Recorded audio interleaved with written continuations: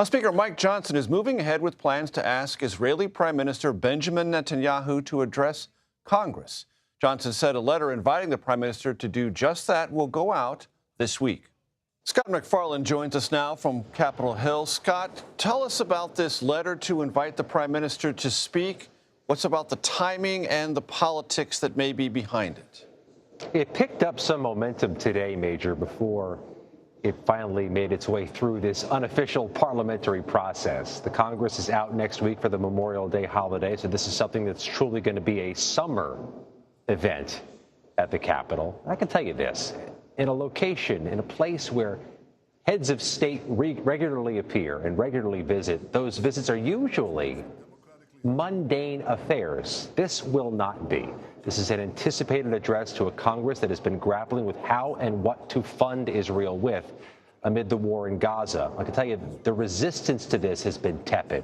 There have been some concerns among some progressives, but we heard from the House Democratic Caucus chair today, Major, and he was asked point blank, do Democrats support this on the whole? And he said he has not been hearing any large-scale mobilized resistance. Democrats are on Capitol Hill, as I understand it, Scott, reacting to comments former President Trump made yesterday in an interview with one of our CBS stations in Pittsburgh, KDKA, about contraception and access to that in a possible Trump administration. What are you hearing? The former president, in that interview with CBS Pittsburgh, didn't close the door on future restrictions at some level of government on contraceptives if he wins the White House again. That has, in a very quick sequence of events, led Senate Democrats to plan a vote on a bill that would federally protect access to contraceptives. Now, this is a law that would not become law because it wouldn't get the 60 votes it needs. Republicans wouldn't be openly defying former President Trump on the Senate floor.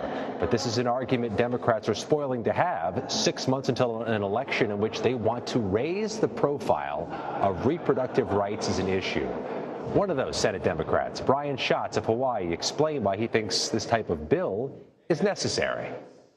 I think they have demonstrated through their Supreme Court justice appointments what they want to do. And what they want to do is take away all of the freedoms that women have been taking for granted for the last several decades. The ability to start a family, the ability to determine when you want to start a family, those are fundamental, basic human rights, and they're being taken away by the Trump court.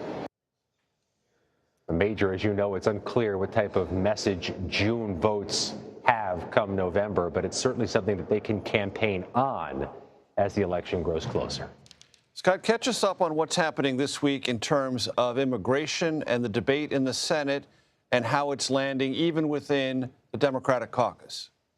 Speaking of bills that won't pass, the U.S. Senate tomorrow has a second crack at this border security bill that they first proposed on a bipartisan basis back in February. More border agents, more border security technology, better equipment, something that both parties came together with as part of that effort in February to also pass Ukraine and Israel funding.